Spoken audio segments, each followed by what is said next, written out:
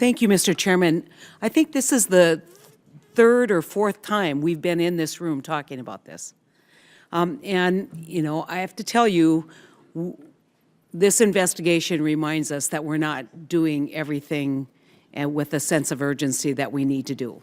And so I recognize y'all are working really hard on this, that you all want to see success, but we have to be more urgent about this. And, you know, we can build a, $20 billion wall, but if we don't solve this problem, we will not have solved the problem of interdicting drugs.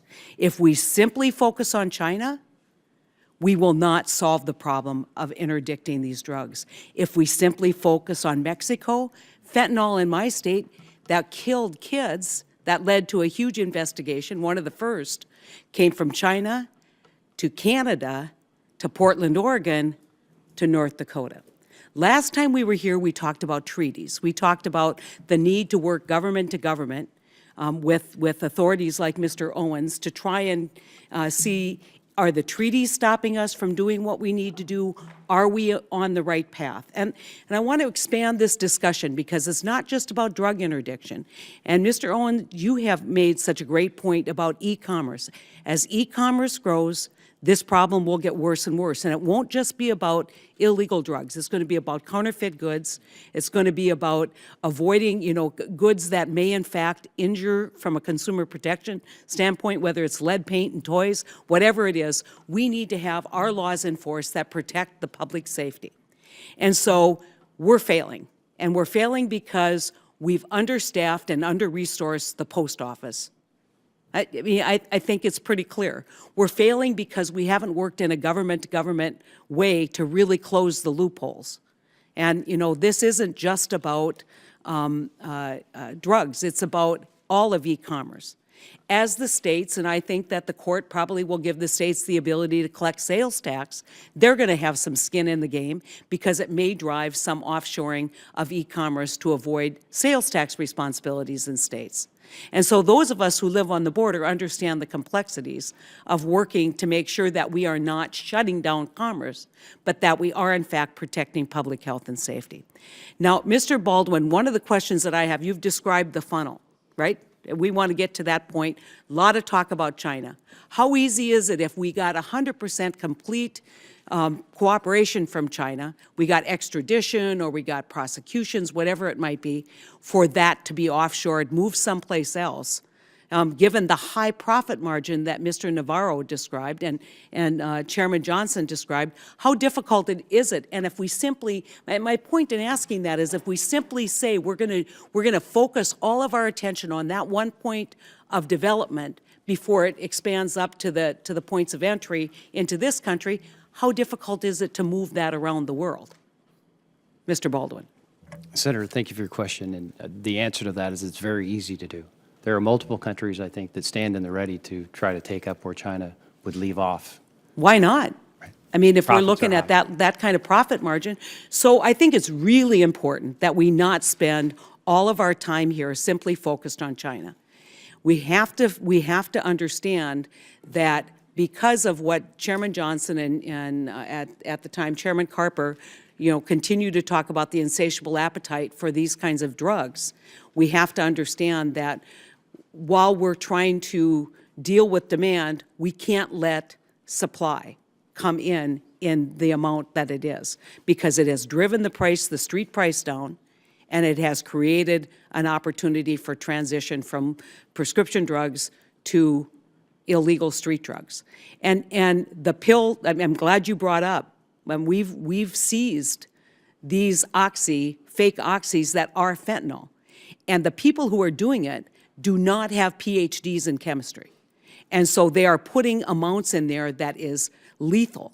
Never mind the destruction that it does to the social safety net of this country. It's killing people. And so my request would be, what are the strategies, not just dealing with China, but what are the strategies to deal with these precursor problems, to deal with all of this, and how, Mr. Owens, do we need to do a better job to give you the tools to interdict at the point of entry? I just want to make one point about how pervasive this can be. When I was Attorney General, I ran the drug task forces. We knew we had a huge meth problem. A lot of attention to labs. 90 to 95% of all the meth that was consumed in North Dakota came in through Mexico. It wasn't homegrown. We got a tip that there was a package with meth. We lined it up, brought in the dogs. We had probably 10 packages. They hit on 3. That's what we know.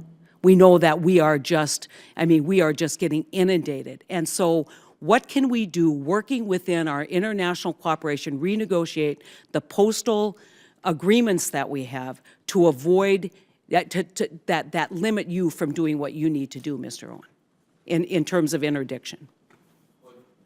Having the advanced data so we can target not only from China, but as you mentioned, as the threats shift, as they try to transship.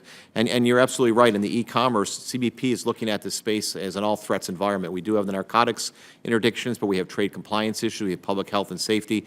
The e-commerce growth, 1.4 million parcels a day cross our borders right now, and that's only going to continue to increase. The reason why I asked this, because the last time we were here, we heard over and over again from the Postal Service that their treaties or their relationships, international contracts, I think they're probably treaties.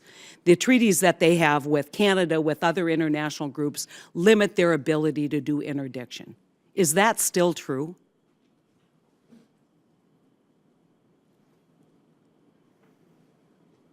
Because we've been at this a long time, we were told we can't use dogs by DEA last time because that fentanyl kills them.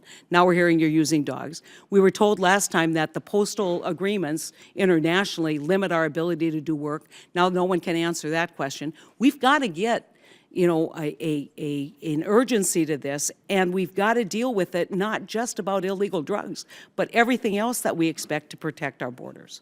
And so I want to thank you all. This is not the end of this. I want to thank the chairman for the excellent work that was done here. I think that we didn't reveal anything in this report that we didn't know. And I want to point out that the 2 Chinese individuals who were indicted in North Dakota.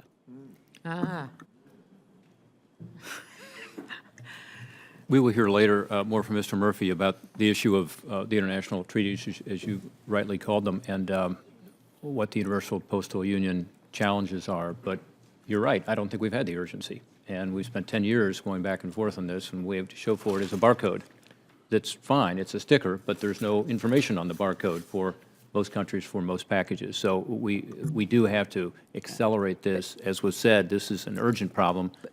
And we need to be more aggressive. Yeah, Mr. Chairman, the point that I want to make about e-commerce is that this isn't just limited, and if we just simply focus on drug interdiction and on China, which is our immediate problem, we'll miss the opportunity to fix the broader problem, or at least provide a broader sweep in terms of what we need on all of e-commerce, whether it's counterfeit goods, whether it is things that violate public health and safety, whether it is, in fact, things that are happening to do tax evasion.